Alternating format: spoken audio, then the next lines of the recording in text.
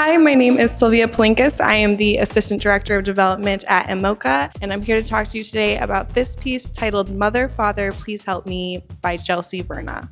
Jelsie Verna was a Haitian-Canadian artist, educator, and collaborator who taught at UW-Madison and left a lasting impact on students and colleagues.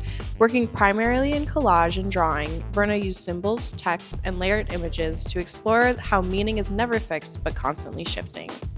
Throughout her work, Verna often challenged familiar cultural icons. In one series, she reimagined Martin Luther King Jr. with different hairstyles, patterns, and even Mickey Mouse ears. In another, she portrayed Marilyn Monroe with brown skin. With wit, courage, and imagination, these works invite viewers to question how identity, history, and power are constructed. Mother, Father, Please Help Me was drawn and redrawn over several years in collaboration with artist and frequent collaborator David Dunlap. Built through many layers of images and marks, it functions as a palimpsest, a surface that holds traces of earlier versions beneath what we see now. The work embodies Verna's belief that images and symbols change over time, and that new meanings emerge through revision, proximity, and combination. This work has both a front and a back, and both are essential to fully experiencing the piece. To allow visitors to encounter the complete work, the reverse side has been carefully reproduced and printed for display.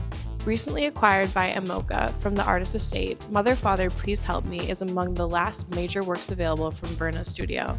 Verna died suddenly in 2008 at just 46, leaving behind a rich artistic legacy that her sister now works to preserve.